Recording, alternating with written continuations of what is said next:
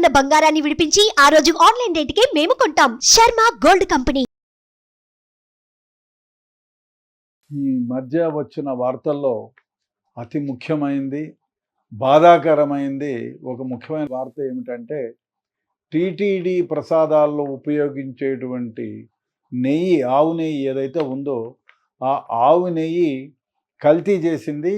దాంట్లో గొడ్డుకు సంబంధించిన కొవ్వు లాంటిది, పందుల యొక్క కొవ్వు, అదేవిధంగా వేరేవన్నీ కలిసి ఉన్న ఫిష్ యొక్క ఆయిలు, అదేవిధంగా కొన్ని ఆయిల్స్, వెజిటబుల్ ఆయిల్స్ కలిసి ఉన్నాయనేటువంటిది ఆ రిపోర్ట్ వచ్చింది. అది ఏఆర్ డైరీ ఫార్మ్ నుంచి, ఏఆర్ డైరీ ఫుడ్స్ లిమిటెడ్ నుంచి వచ్చింది అని విన్నారు. ఆ తర్వాత ఎప్పుడైతే కొత్తగా శ్యామలరావు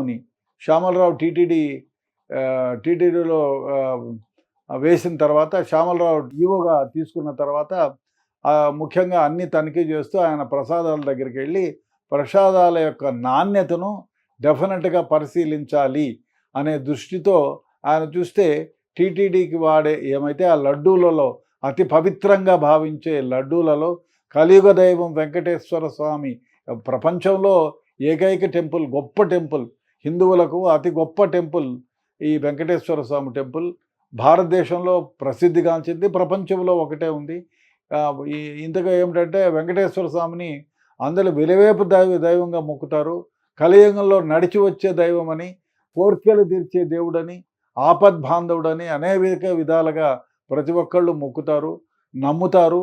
ఆ నమ్మకాన్ని వమ్ము చేసే విధంగా ఎవరైతే ఇంత క్రితం అక్కడ ఈవోగా ఉన్నారో లేకపోతే ఇంకొక రకంగా ఉన్నారో, వాళ్ళు ఎవరైతే ఇతర సంస్థలకిచ్చి అతి తక్కువ డబ్బులో, మరి ఎందుకు ఇచ్చారో తెలియదు కానీ ఇచ్చి ఈ కల్తీ నెయ్యితో ఈ భగవంతుడికి ఇచ్చే ప్రసాదాలన్నీ తయారు చేస్తున్నారని. ఏమైందంటే ఈ శ్యామలరావు తీసుకున్న తర్వాత శ్యామలరావు నెయ్యి నాణ్యతను పరిశీలించి ఇదేదో బాగోలేనట్టుంది, దీని ప్లేస్ ఏమిటి, దీన్ని కనుక్కోవాలనే ఉద్దేశంతో ఆయన ఒక ఎన్డీడీబీ ల్యాబ్స్కి ఇచ్చాడు. ప్రపంచంలోనే ప్రసిద్ధిగాంచిన ఫుడ్ ల్యాబ్ అది. ఆ ల్యాబ్కు ఈ శాంపిల్స్ పంపించాడు. ఒకసారి పంపించాడు, ఇంకోసారి కూడా పంపిస్తే ఇవన్నీ కూడా గొడ్డు మాంసానికి పైన ఉండేటువంటి ఒక విధమైనటువంటి నూనెలాగా ఉండేటువంటిది అది, తర్వాత ఫిష్ ఆయిలు, పంది యొక్క కొవ్వు, ఇవన్నిటి మిళితమై పామ్ ఆయిల్, ఇవన్నీ కలిపి ఉన్నాయి దాంట్లో అని చెప్పి రిపోర్ట్ వచ్చింది. ఆ తర్వాత మళ్ళీ కూడా ఇది నమ్మశక్యం కాక మళ్ళీ కూడా పంపిస్తే అదేవిధంగా రిపోర్ట్ వస్తే ఇమ్మీడియట్గా అక్కడ అప్పటికే 4 ట్యాంకర్లు వచ్చాయి. ఆ 4 ట్యాంకర్లని వెనక్కి పంపించేశాడు. అదేవిధంగా ఇంకో 2 ట్యాంకర్లను కూడా వెనక్కి పంపించేసి కొత్తగా వేరే వాళ్ళ దగ్గర నుంచి టెండర్ పిలిచి ఇమ్మీడియట్గా ముందు ఎవరైతే మెడ్రాస్ నుంచి సప్లై చేస్తున్నారో వాళ్ళ ద్వారా ఈ ఏఆర్ డైరీ ఫార్మ్స్ కాకుండా వేరే వాళ్ళ ద్వారా ఈ నెయ్యిని కొనుగోలు చేయడం జరుగుతూ ఉంది.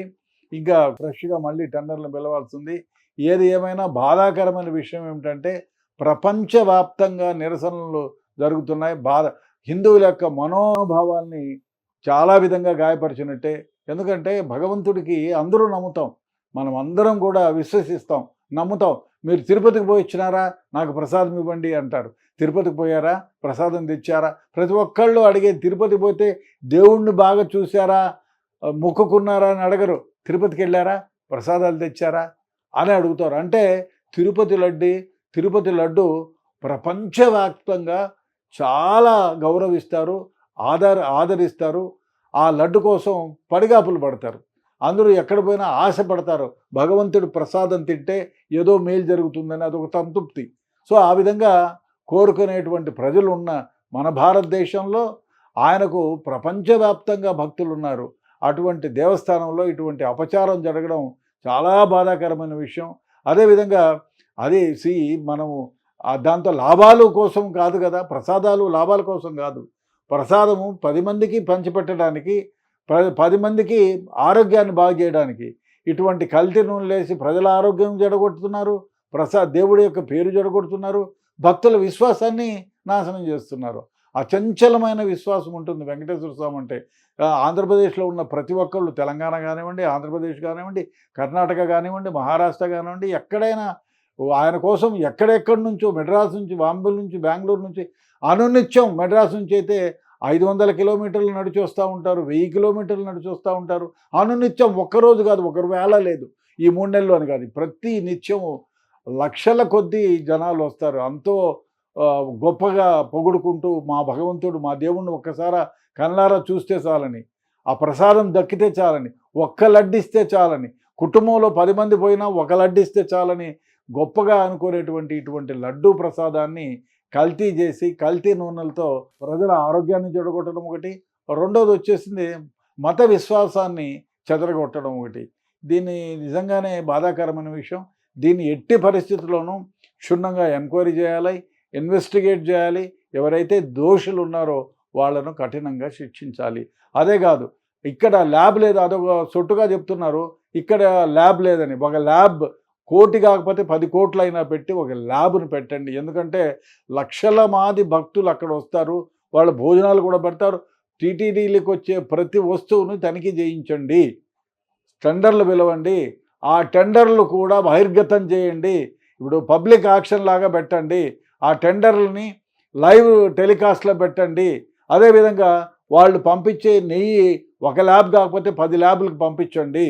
దాంట్లో వాళ్ళు ఏమైనా తప్పు చేస్తే ఆ టెండర్లను క్యాన్సిల్ చేయండి. అదేవిధంగా ఈ టెండర్లు అయ్యేటప్పుడే కొన్ని నామినీస్ పెట్టండి, కొన్ని ఇది పెట్టండి, ఆంక్షలు. సో మీరు ఇచ్చే నెయ్యిలో ఇవి ఇన్ని పాళ్ళు ఉండాలి, ఫ్యాట్ ఇన్ని పాళ్ళు ఉండాలి, ఇవన్నీ క్షుణ్ణంగా ఆవు నెయ్యికి ఏమేమి ఉంటాయో స్పెసిఫికేషన్స్ అవన్నీ పెట్టండి. దాంట్లో ఏ కొంచెం కొరత వచ్చినా దాన్ని బ్యాన్ చేసేదే కాకుండా, వాళ్ళ కంపెనీని క్లోజప్లో పెట్టడమే కాకుండా, బ్లాక్ లిస్ట్లో పెట్టడమే కాకుండా, అతనికి 100 కోట్లు 50 కోట్లు పెనాల్టీ కట్టేటట్టు కూడా పెట్టండి. ఆ విధంగా పెడితే డెఫినెట్గా వాళ్ళు కల్తీ చేసేయడానికి వెనకాడతారు. అదేవిధంగా ప్రజలు కూడా నమ్ముతారు. ఇప్పుడు చాలా అపచారం జరిగిపోయింది అనేటువంటి విషయం అందరూ ఇచ్చేస్తున్నారు. మొన్న ఈ మధ్యనే అంటున్నారు, సంప్రోక్షణ చేస్తున్నారు టెంపుల్లో మొత్తం.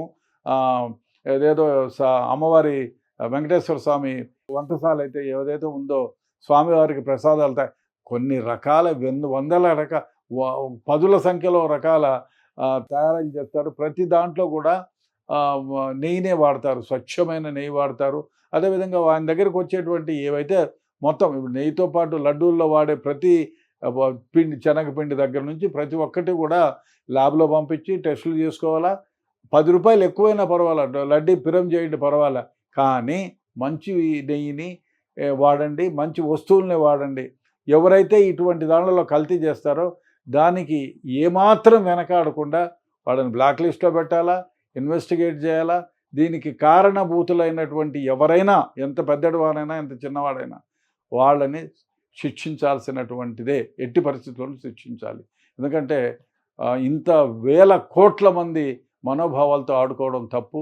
అదేవిధంగా చాలా బాధ అనిపిస్తుంది, మనం ఇంత గొప్పగా భగవంతుడిని కొలుసుకునే వాళ్ళం ఈ విధంగా జరుగుతూ ఉంది అంటే. మత విశ్వాసానికి ఒక గొడ్డలి పెట్టు అంటే ఏమి, ఇంత పవిత్రమైన ప్లేస్లో ఇటువంటి అపవిత్రమైనవి జరుగుతున్నాయి అనేటువంటి భావన ప్రతి ఒక్కళ్ళు కలుగుతుంది. కాబట్టి ఈ మత విశ్వాసాన్ని గురించి అయినా గొప్పగా ఇన్వెస్టిగేట్ చేసి దీనికి బాధ్యులైన వారి పైన కఠిన చర్యలు తీసుకోవాల్సిన అవసరం ఎంతైనా ఉంది. ఈ విషయంలో ఏ ప్రభుత్వమైనా పర్వాలేదు, దీనికి ఎవరైతే ఆద్యులో వాళ్ళపైన చర్య తీసుకోవాలి, కేసు కట్టాలి, వాళ్ళను కఠినంగా శిక్షించాలి.